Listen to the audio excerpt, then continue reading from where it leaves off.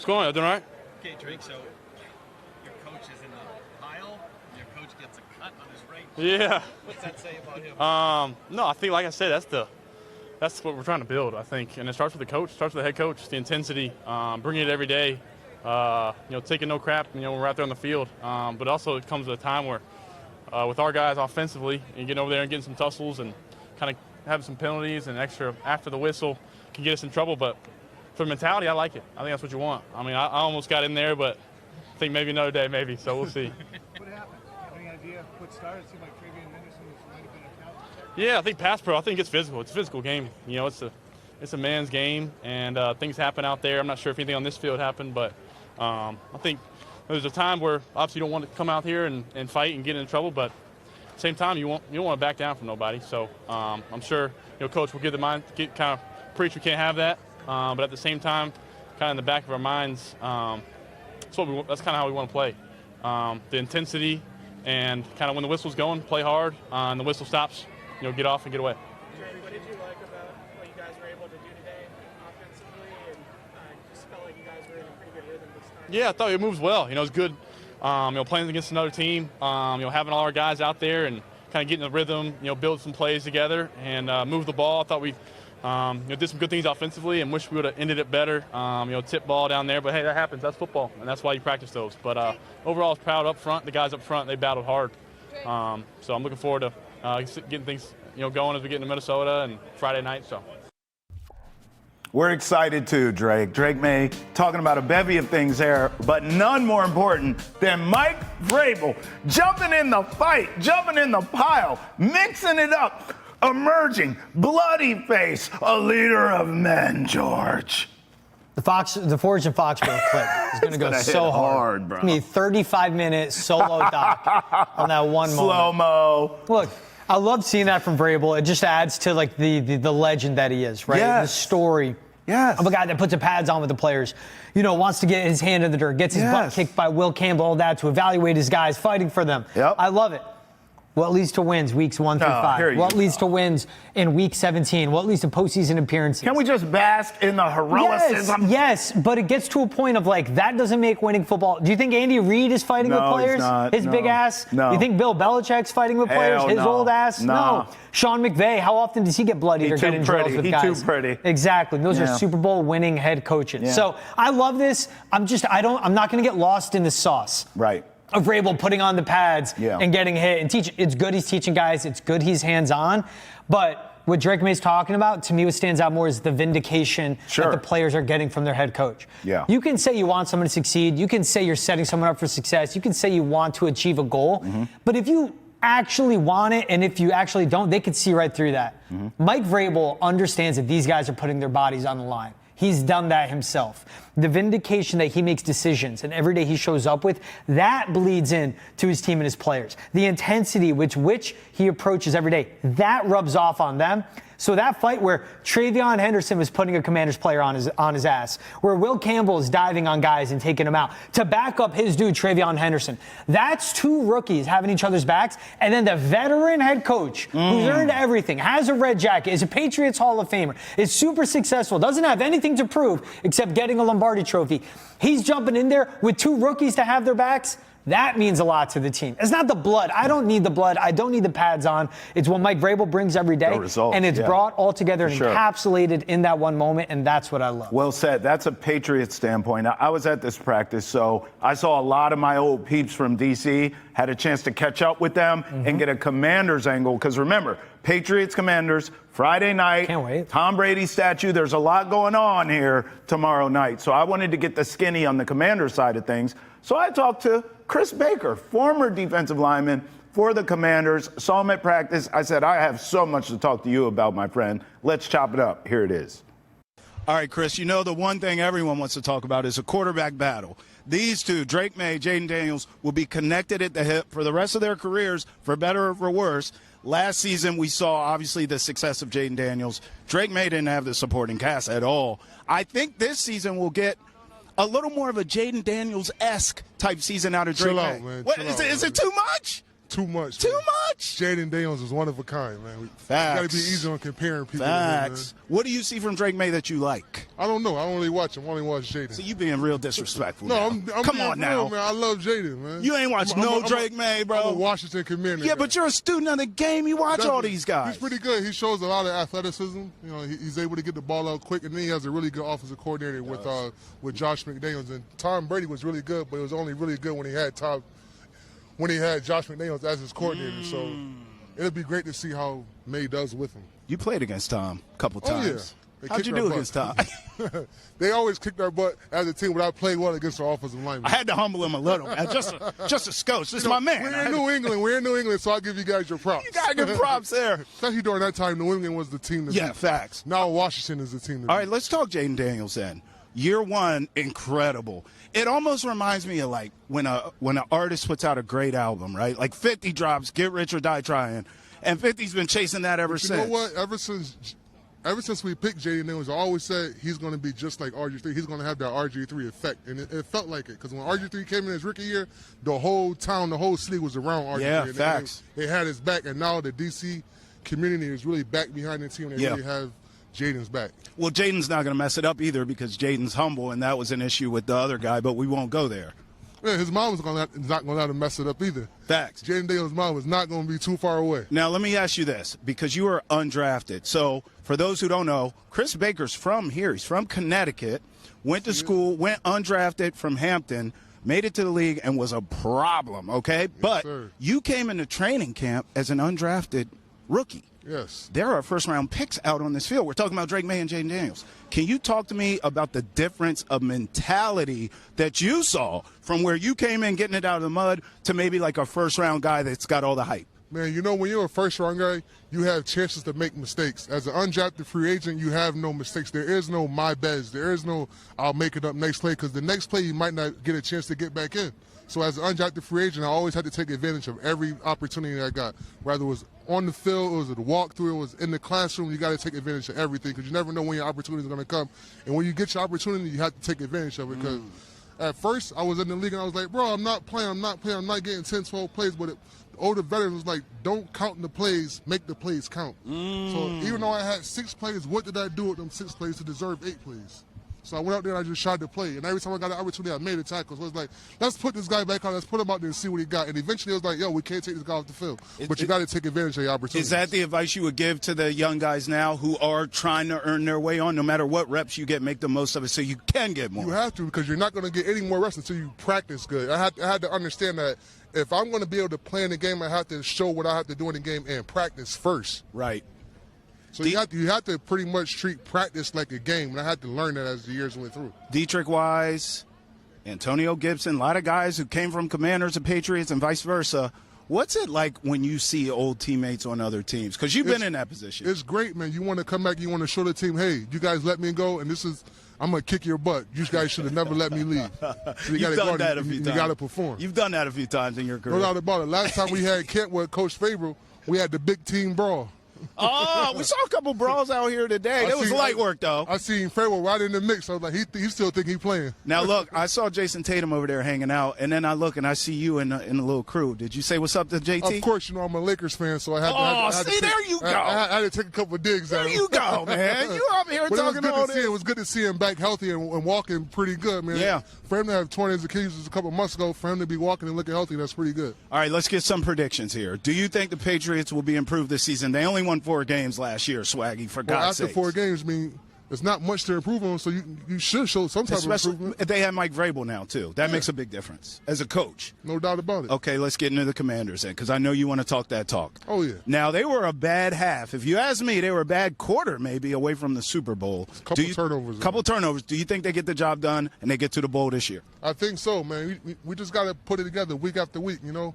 We have the quarterback, and that's what we've been missing for years, and now we got the quarterback. We just got to put it together as a whole team, offense, defense, and special teams. So we'll see how we look in the preseason game in week 1 and beat those Giants, and we'll be all right. All right, last question because we cool, so I can ask this. Now, you're from this area. I just got here 3 years ago. Man, they have embraced me and shown me so much love, man. What is it about the DMV that New England shows love, man? Because I feel real welcome up here, bro. Man, New England's pretty welcoming. If they love you, they love you. If they hate you, they hate you. That's a fact. Thank God they love me. Chris Baker, Travis Thomas, appreciate it. Back to y'all. Yes, sir.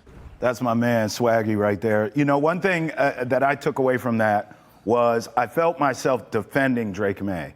And one of the reasons is because obviously we saw the success of Jaden Daniels last season. What are you going to say? And he's a stud. He'll be just fine again this season. But I found myself defending Drake Maye because I'm watching yesterday. Drake Maye is throwing absolute darts. I mean, look, we've seen all the videos of the touchdowns and all the big throws. But there were a number of absolute lasers from Drake Maye that were dropped. And I'm like, this guy is dialed in. He belonged out there with Jaden Daniels. He belonged out there. So that's why I said I'm looking for a big season from Drake Maye here. And I talked about this earlier on Nesson of the young stars we have in town now with Roman Anthony, Higgins, Drake Maye. The future is bright here in town for these young stars, but it starts and maybe ends with Drake Maye. Yeah, and I'll let you point out the drops because that was Pop Douglas had a drop. I believe Matt Collins might have had one in there. But he came in from the jump and was dialed in. He was dominating that Commanders defense. And again, you go back to last year at joint practices when the Philadelphia Eagles were on town. Yeah. And the Patriots, I know the Eagles won the Super Bowl. They were world beaters. That roster was all-time talented. The Patriots could not literally hold their own for a single play with Philly. They were not an NFL team yesterday. This is a Commanders franchise that was coming off an NFC Championship game appearance, and the Patriots competed with them. Their front seven dominated that Commanders offensive line. They were putting pressure on Jaden Daniels. They were taking him off of his game. They came ready to compete. And again, that's a difference literally in roster talent and the jump we see from Drake Maye and the preparation that we're seeing from this coaching staff, getting that team ready for situations like this. Sure. There's a big jump the Patriots are making, but you go into what Drake Maye was showing. And I catch it from your guy, Chris Baker, and I get it because people have heard it from here in New England their entire lives pretty much. Don't mention your guy in the same sentence as ours, ours being Tom Brady. You bring up Drake Maye, you're going, yeah, well, Jaden's different. He's done it. Everyone's going to say that from D.C., but to your point on the throws he's making in between, we know the highlights. It's the day-to-day. It's the play-to-play, what you see from guys. Yes. That's what makes him special. Tom Brady's a GOAT. Yeah. When he's enshrined in the Football Hall of Fame, all the highlights will show. But it's what he does in the first, second, and third quarter that made him special because he set it up for success in the fourth. And when the lights come on, when he steps up, that's what Drake Maye is capable of. I know this. Last season, I was telling you, I was getting all these texts from back home about how great Jaden Daniels looked and all that, and then we saw the result. I'm doing that now about Drake Maye to them. I'm like, listen, I mean, they saw it yesterday with thine eyes, but I was telling them, this kid Drake Maye is locked in. I caught up with a DC broadcasting legend, Chick Hernandez, and we talked about the dichotomy, Drake Maye, Jaden Daniels, and I tried real hard to get Terry McLaurin here to New England. You're not going to like this. Take a look. Take a look. Here with the legend, Chick Hernandez, who's been so great to me in my career. Wow. Yeah, legend. Okay. Wow, Your check's in the mail. Well, they do Venmo nowadays, so whatever. I don't know. That's what they say. I got it all. Chick, let's start here. Everyone's talking about Drake Maye, Jaden Daniels. They'll be connected at the hip forever in their careers. Will they? I do believe they will, but clearly Jaden Daniels had a head start because, I mean, look, a bad quarter, if you want to say, away from the Super Bowl. Sure. Drake Maye, not so much, but the supporting cast wasn't there. The front office, the coaching staff was not there like it was for Jaden Daniels. I do believe this season we could see a Jaden Daniels-esque season from Drake Maye. From what you've seen today, from what you're hearing, do you see that kind of potential? We went right after him in the draft. I saw what I saw. You know, we were at all 3 pro days, Caleb Williams, Drake Maye, Jaden Daniels. So clearly Drake has a lot of skill set. And I saw some throws today. I'm like, oh, okay. Wow, I did not know that. You know, so clearly he's got talent. But I come from dealing with Jaden for all of last year and how he prepares for a game. I don't know what Drake's preparation is. Obviously, it's pretty good if you're an NFL quarterback. But you know, I come from the Jaden Daniels school, who's going through a walkthrough by himself at 6 o'clock in the morning in a bubble, kind of going through the routine. So when he hits the field, he's already up. And there's no questions. So I'm sure Drake is doing a lot of preparatory work because you have to as a quarterback in the National Football League. But a lot of skill set, high skill set.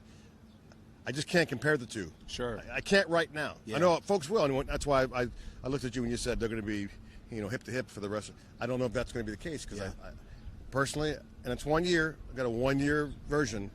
Number 5, he's on a trajectory that I don't think folks have seen. Yeah, no one has. And now, but you've been in this game a long time. Mm-hmm. Now it's the expectations. Now the schedule's harder. Now it's more primetime games. Yes. Now it's more tape on you. Do you believe, it's hard to say replicate what he did in year 1, but what are you expecting to see from Jaden Daniels in that leap from rookie season to year 2? I don't think there's a sophomore slump. Okay. And he surprised me last year, and I think he's going to surprise me this year. Wow. I've seen some just throws that he made in camp last week, and I had a chance, because I'm calling the play-by-play for the games, to talk with the coordinators. And I asked both offense and defense, Cliff Kingsbury, Joe Witt Jr., are you guys kind of just watching what he's doing? And Joe Witt, who's got his own defense to worry about, he's like, hold on a second, different cat. He's making throws that we just haven't seen. So he's so far ahead of the game. And, they do the VR work, him and Cliff Kingsbury. That's right. They do VR at a speed and a half. So when the game time rolls around, everything just slows down a little bit. That's crazy. And I've asked some coaches in the league, well, do you think all quarterbacks? And the answer I get is, well, not all quarterbacks can decipher it. Sure. So number 5, that's He's the way processing. He's processing that way. Other quarterbacks don't work that way. I think coaching staffs have said, how about VR? And they're like, yeah, okay. Some guys have. So we'll see. Holy hell, Chick. I can barely check my email.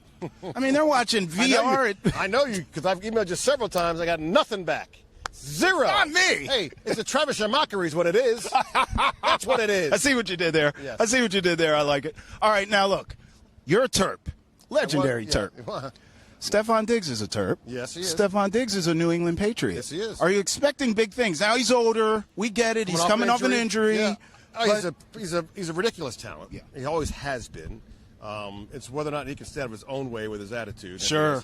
He's got a little girlfriend. Yeah, it's a little love interest here. Yeah, that always can be a deterrent in your athletic endeavors.